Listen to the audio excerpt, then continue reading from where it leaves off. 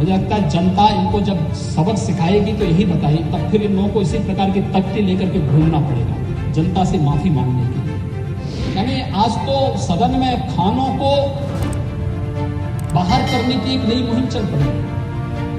सपा एक खान के लिए, कांग्रेस दूसरे खान के लिए। अगर दूसरे लोग की यात्रा करनी है तो इस प्रकार की थ्रेट दो, और थ्रेट हम सुनने वाले नहीं हैं। लेकिन हमें विपक्ष की उस कुत्सित मंशा को भी समझना पड़ेगा, जो अब हताश और निराश हो चुका है। बहस और वह किसी भी डिबेट का सामना नहीं करना चाहता है, क्योंकि उसके पास कोई मुद्दे नहीं। वह इसलिए हताशा निराशा में इस प्रकार के हथकंडे अपनाएगा, हर जगह इस प्रकार की चीजें अपनाएगा।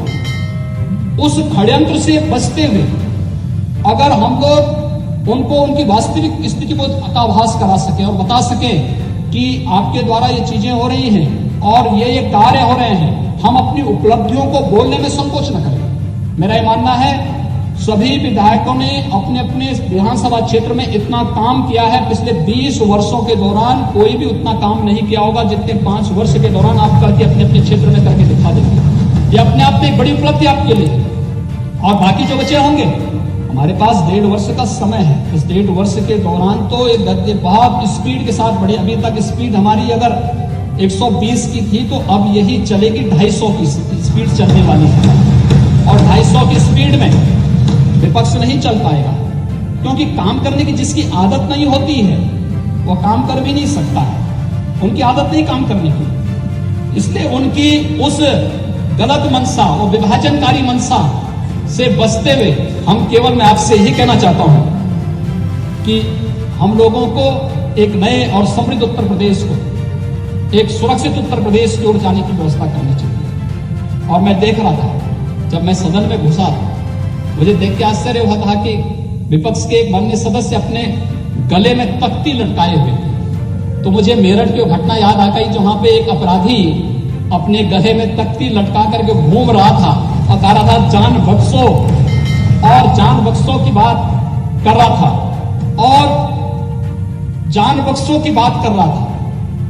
मुझे लगता है जनता इनको जब सबक सिखाएगी तो यही बताएगी, तब फिर इन लोगों को इसी प्रकार की तख्ती लेकर के घूमना पड़ेगा जनता से माफी मांगने के लिए।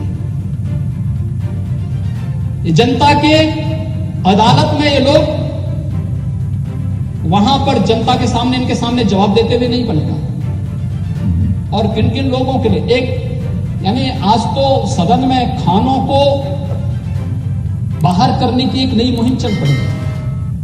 सपा एक खान के लिए, कांग्रेस दूसरे खान के लिए कि साहब इनको रिहाई करो। यानी कानून का उल्लंघन करेंगे, कानून को ठेंगा दिखाएंगे,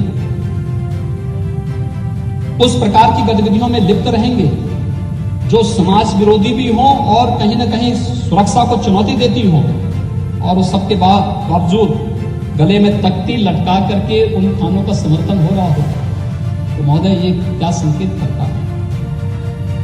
मुझे देख के तो अफसोस होता है कि कांग्रेस के एक नेता तो एक ऐसे व्यक्ति की एक रिहाई की मांग कर रहे हैं जिसके लिए बाहर से भी थ्रेट आ रहे हैं। अगर छोड़ा नहीं गया तो एक हमने कहा ये नया उत्तर प्रदेश है, यहां मालूम है ना कुछ करने के पहले दूसरे लोग की यात्रा करनी पड़ती है।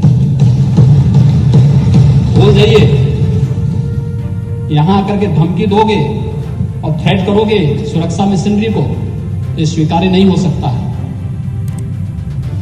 अगर दूसरे लोग की यात्रा करनी है तो इस प्रकार की थ्रेट दो, अरे थ्रेट हम सुनने वाले नहीं हैं। मैं अपने विपक्ष के मित्रों से यही बात कहना चाहता हूं। मैं श्लोक और मंत्र तो बोल सकता हूं, लेकिन शायर जानता नहीं, शायरी जानता नहीं। लेकिन इतना मैं जरूर कहूंगा कि चमन को सींचने में कुछ पत्तियां झड़ गई होंगी। यही इल्जाम लग रहा है हम पर बेवफाई का। लेकिन महोदय, चमन को रौंद डाला जिन्होंने अपने पैरों से, वही दावा कर रहे हैं इस चमन की रह